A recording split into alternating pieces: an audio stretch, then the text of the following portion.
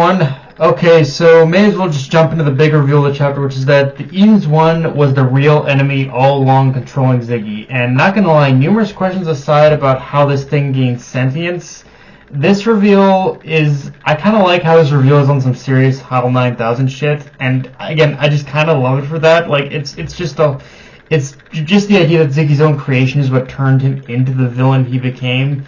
It's on some serious reverse, like, Frankenstein shit, and in a very roundabout, and honestly, in a very roundabout way, it does make sense, because through every single scene we've had with Ziggy post-revival, his focus in some way or another did always seem to trace back to, I'm doing this for the Edens One.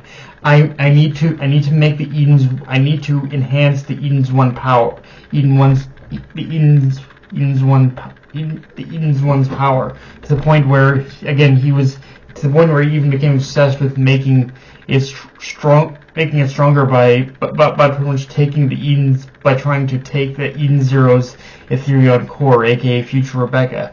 Like, he was just so enthralled with making the Edens One powerful enough in order to destroy Mother. Now, as far as how this happened and how the Edens One became gained sentience, became evil, this evil corrupting entity, my personal theory of the case is that while Ziggy was constructing it long ago, it was possibly in some way siphoning off Ziggy's ether and ether gear, allowing it to in order to gain sentience, and by proxy of feeding upon such dark ether, I can only assume there was this sort of feedback loop where the more it fed upon Ziggy's ether, the more powerful that corrupting influence became. So by the time Ziggy died, the Edens One's influence was able to take full control of Ziggy, which would also explain why Ziggy's suddenly wanting to kill Mother felt so oppositional, despite us never really knowing Ziggy's original motives of wanting to find Mother, because what he originally wanted to do was probably overwritten by the Edens One. That being said, despite me loving this reveal, I do admit there's a little bit of strangeness to Mashima making the Edens One so revealing, because the way Hermit lays her theory out to Shiki, it makes up to the eventual reveal, it makes sense, but just the idea itself, I don't know, something just feels a little off about it. I can't properly describe it. Like, again, there are pretty much avenues in how this idea could make sense. I just don't know if it fully makes sense either, kind of thing. And of course, with that said, I really do like how the whole chapter was presented as the absolute worst case scenario, because you got the Edens One chasing after our heroes now, while also having them trying to escape the planet before the chronophage devours it. And adding in the fact that we learned that Elsie and Justice are still on the planet to have one final chat, so to speak, yeah, that just has me feeling more and more like Elsie and Justice are going to die here. Like, there's the obvious reason that their whole story arc does pretty much feel complete, so there's not much purpose narratively for them to serve in the story other than maybe take part in whatever climax Mashima has planned for the series finale. But yeah, the Eden Zero, with Eden Zero, he really seems to like going for poetic ends to characters, and having both Justice and Elsie die on Lender, the place where they met, the place where they fell in love, and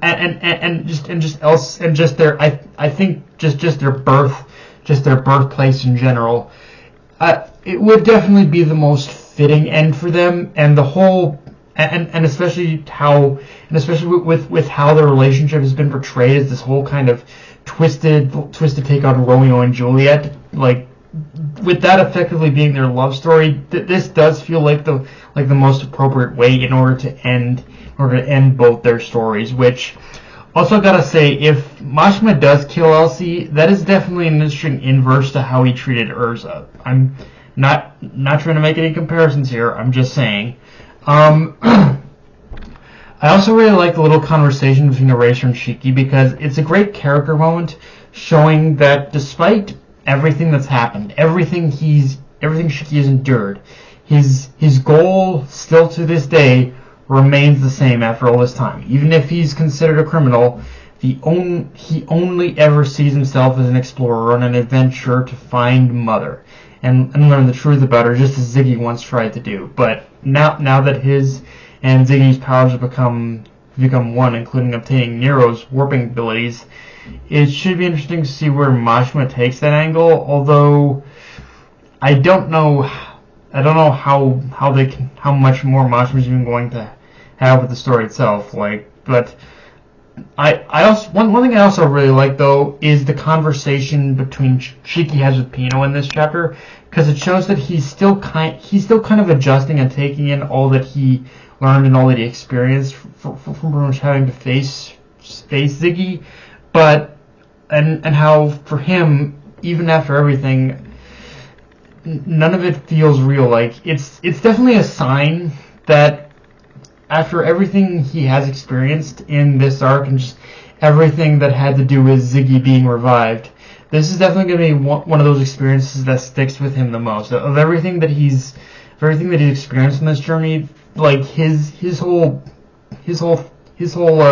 encounter with Ziggy, his encounters with Ziggy are definitely going to be the things that stick with him the most. And as a whole, yeah, I think this chapter, honestly just had a lot of great character moments, like seeing Sister and Hermit silently warning Ziggy, and the stern side eye we see Connor giving Rebecca, which, yeah, it's great seeing Fire Nox. Rachel is safe now, but Connor, Rebecca, you two need to have a serious fucking talk, like yesterday. Like, you either need to have a serious talk or some serious fucking family counseling. Like, that's definitely an expectation I have now, which is for however many chapters the escape from Lender takes, Connor and Rebecca need to set aside time for them to sit down, have a fucking conversation, because one thing that still hasn't entirely been revealed to us yet is why Rebecca was abandoned by both her parents. I mean, Rachel I kind of understand, because at the time she was branded a criminal by Cure, but what's Connor's excuse? Like, what happened with him in order to abandon her on Blue Garden? Like, that's kind of that's still the major thing that still does need a lot of explanation.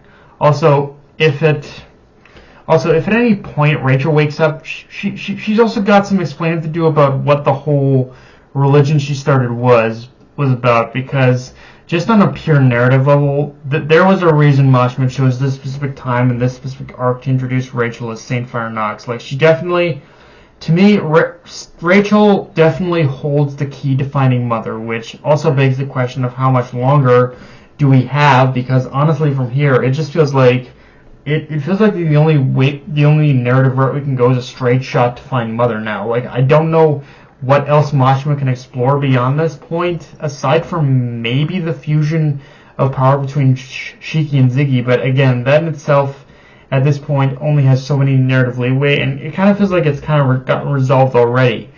But I guess it also depends on I think it also kind of depends on what he does with Eden's One as well, because as long as Eden's One remains, I think that ever-growing possibility of pretty much Shiki like falling to Eden's One's corruption is still possible and on the table as well, because the ship and that could make the ship weirdly become the overarching villain of the series from this point onward. But yeah, I don't know. It's going to be interesting to see how Mashima explores all this from here, and how he approaches things, because it feels like we're nearing the end of the series, but there still feels like there is some stuff that could be explored here as well.